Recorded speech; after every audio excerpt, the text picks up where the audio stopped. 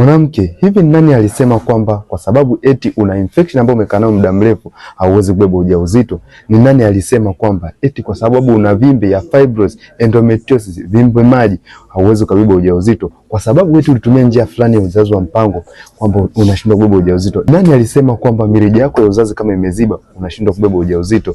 Ni nani alisema kwamba kama tatizo ni mvurugiko wa homoni zako hazipo sawa ni kwamba huwezi kubeba ujauzito? Ni nani alisema kwamba kama mimba zako zinaharibika mara kwa mara hauwezekani wewe mimba kuweza kujitunga na kuweza kukaa na kuweza kujifungua vizuri? Ni nani alisema kwamba kama wewe ni mnene sana hauwezi kubeba ujauzito?